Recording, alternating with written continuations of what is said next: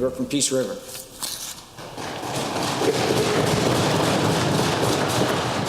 Thank you, Mr. Speaker. I'm pleased to have an opportunity to respond to the throne speech. I lived in Alberta during the global recession of the 80s. It was a difficult time, but we made it through. Unfortunately, decisions made by the government at that time were not in the best interests of Albertans.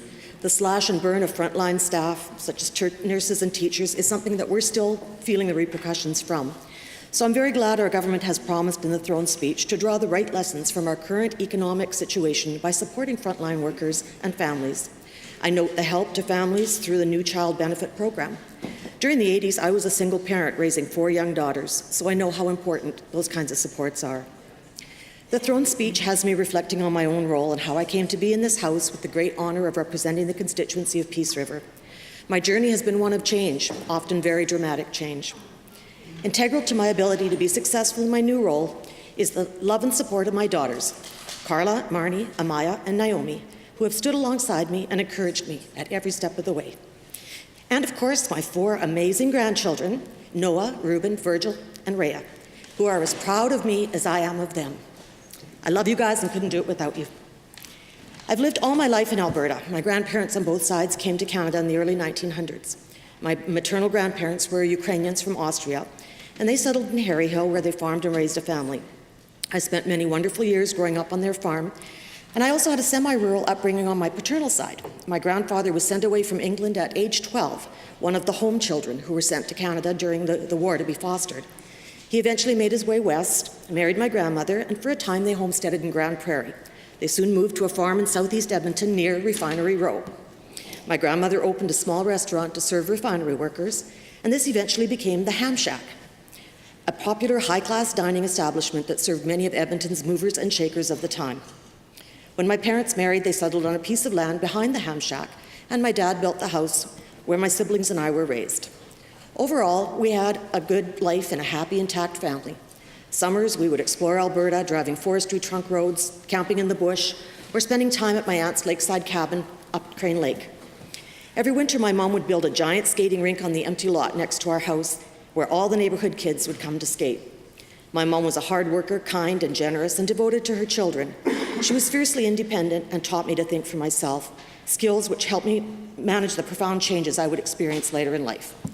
But there was something rather unusual about my upbringing. My mother was part of a very conservative and fundamentalist religion that interpreted the Bible literally and taught that the end of the world was imminent. My dad was not the same faith, but he allowed her to take the lead in raising us, so the church was a key focus of our lives, and friendships, relationships, and activities outside of the church were very, very restricted.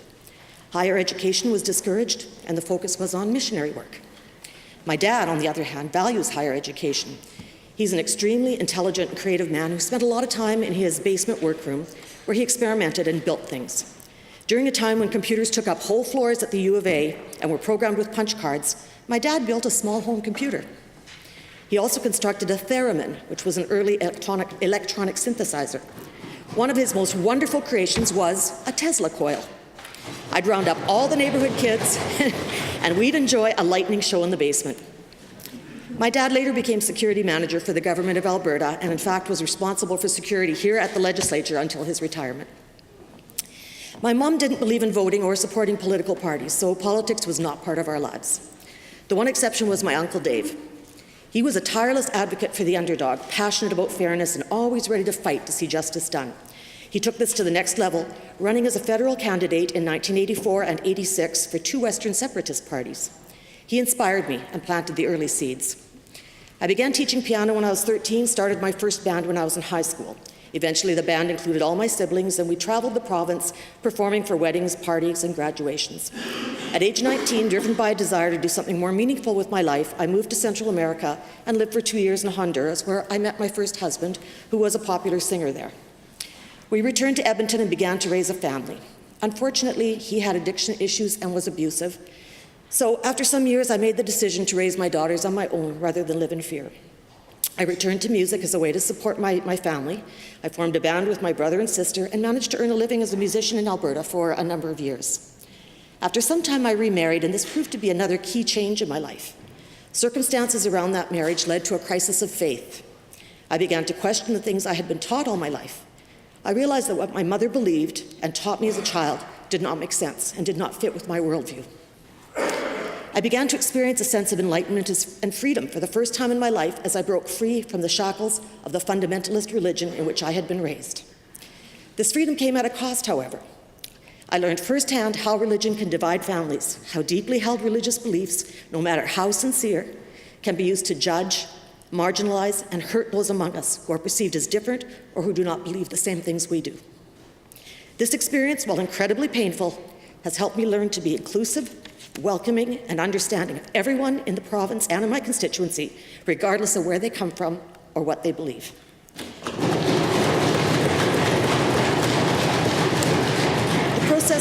The process took a profound toll on me personally, however. I lost family and friends, and I went through a bout of severe depression that almost cost my life.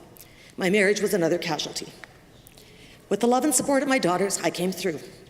Key to managing the change was my decision to go to university. I enrolled in my first university course, and at the age of 45, I became a full-time student at Athabasca University, eventually earning my master's in psychology. I became active in my student union and embraced politics.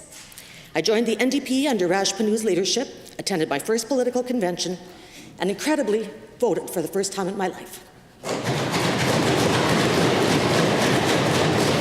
When I graduated in 2002 with my BA in psychology, it was one of the proudest moments of my life. I shared that proud moment with my daughter Marnie, who graduated the same week with her BA in chemistry. While attending university, I found an ideal job that fit my study schedule, Alberta Hansard. Soon I was completely hooked on politics. Watching the activities in the House on a daily basis, listening to the members, often till the wee hours of the morning, ignited something in me. I would see the dismissive way the opposition was marginalized, the way legislation was rammed through in the middle of the night without consulting with Albertans. I saw arrogance and inflated self-importance and a government completely disconnected from the needs of average Albertans, and I longed for a better way. But I was caught up in trying to make a living while finishing my degree, and the recession of 2008-09 put serious financial pressures on me to the point where I was facing foreclosure. As I struggled to save my home, I encountered many predatory lenders who were eager to take advantage of me. That's why I'm so pleased to support the Act to End Predatory Lending, as these unscrupulous lenders truly need to be stopped. Even though I was still a full-time student, my student loans went into repayment, and my efforts to work with the student loan system were incredibly frustrating and unsuccessful. This is another area where I'm looking forward to seeing some changes under our government. Soon I was working multiple jobs, caught in a treadmill, day-to-day survival. I know what it feels like to be forced to choose between feeding your family or paying rent. I know what it feels like to be penalized for having no money by having your lights and heat turned off, and then having to pay extra for reconnection. Too many Albertans live like this. My youngest daughter, Naomi, who was building her own career as a welder, kept encouraging me to focus on my dream of being a psychologist. So I accepted a position at high level where I could complete my registration requirements, and once again, faced major change. I packed up my car and headed north to parts unknown. I quickly fell in love with the North and its people. I saw the wonderful community spirit and the ways people work together.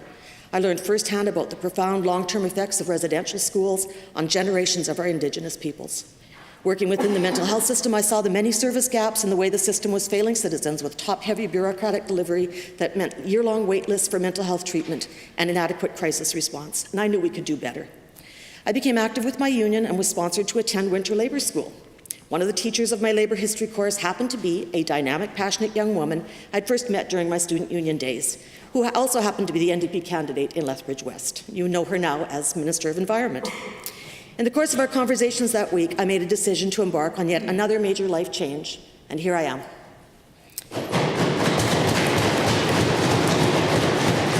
Being elected as the MLA for Peace River last May has been an amazing experience. I consider it a great privilege to represent the Peace River constituency, and I'm deeply honoured that constituents have entrusted me with this responsibility. Peace River, as you know, is the largest constituency in the province by square kilometres, but one of the smaller by population. There's a lot I wish I could tell you about my fabulous north, but I don't have a lot of time. My constituency is home to Alberta's oldest community, Fort Vermilion. Established in 1788 as a key trading post, Fort Vermilion quickly became the main trade corridor, opening Alberta up to the rest of the world and serving as Alberta's economic trade engine. The beautiful Bay House along the Peace River is currently being restored by the community and stands as a testament to the role Fort Vermilion played in Alberta's early development. Bush pilot Wap May made his historic open biplane flight in -34 weather to Fort Vermilion to deliver diphtheria antitoxin to keep the area safe from epidemic. My constituency is also home to several of Alberta's youngest towns. High Level celebrated our 50th anniversary this past year, and Rainbow Lake will reach that same milestone this year. Our communities are diverse and unique. In the far north, we have Zama City, which is not a city, but actually a small hamlet of only about 250, but it has been home at times to more than 4,000 oil workers because it sits in the center of one of Alberta's largest gas and oil fields. At the southern tip, we have Reno, where only a few families still remain, but which has the distinction of having 3 original structures, including the Holy Ghost Catholic Church, which date back to the first Ukrainian settlers in the 1930s. My hometown of High Level is an incredible place. When I first arrived, I was bemused to see the hotels. We have the Mirage, the Flamingo, the Stardust, Caesars, and indeed, in early days, we branded ourselves as the Vegas of the North. High Level is also a model for diversification. Our economy is only about 20% reliant on oil and gas, as we are diversified into forestry, lumber, agriculture, and service industries. So we are managing much better than some of the communities further south. Other areas of my constituency aren't doing as well, unfortunately. Some smaller towns are struggling to remain viable. Peace River itself has felt the impact of the oil and gas downturn with the loss of some major projects. And although gas and oil has slowed, it continues to be very important to our economy in the north. Peace River is home to the 4th largest oil sands in Alberta. So our companies there are looking for ways to increase efficiency and diversify into petrochemicals and other areas. And I'm hopeful that our government's focus on infrastructure rebuilding will help my constituency, particularly with the construction of an essential new Peace River Bridge. We are well placed to support construction in the north because we have several large sand and gravel companies and excellent potential feedstock for asphalt. Lumber is key to our economy. We have 2 lumber mills in High Level. We've got Lacrete Sawmills, Fraser Mills in Manning, and DMI Pulp Mill in Peace River. These companies are leading the way in environmental responsibility. A number of large trucking companies provide support to that industry, and during the winter, logging trucks are constant along the Mackenzie Highway. Farming and agriculture is also important to my constituency. Many people don't realize this, but the north is actually taking advantage of climate change to plant new crops. We are opening up agricultural lands, helping to compensate for key agricultural areas lost to urban sprawl further south. I'm proud to say that we have almost 20% of Alberta's organic farmers in Mackenzie County alone, and the Mackenzie Applied Research Experimental Farm in Fort Vermilion continues to research new and innovative crops. My constituency is home to 2 of Alberta's 7 remaining operational ferries, Shaftesbury in the town of Peace River and Tompkins near Lacrete. The Lacrete ferry takes traffic across the Peace River from May to September. Then from December to March, we cross via ice bridge.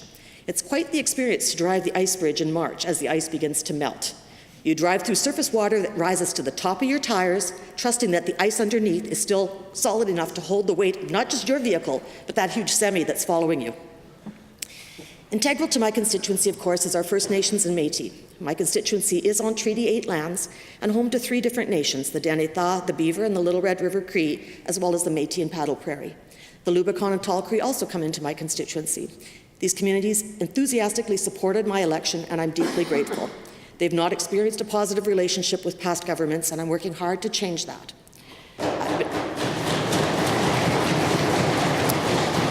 The Peace River constituency in Alberta's far north has been described by some as being like the original Western frontier.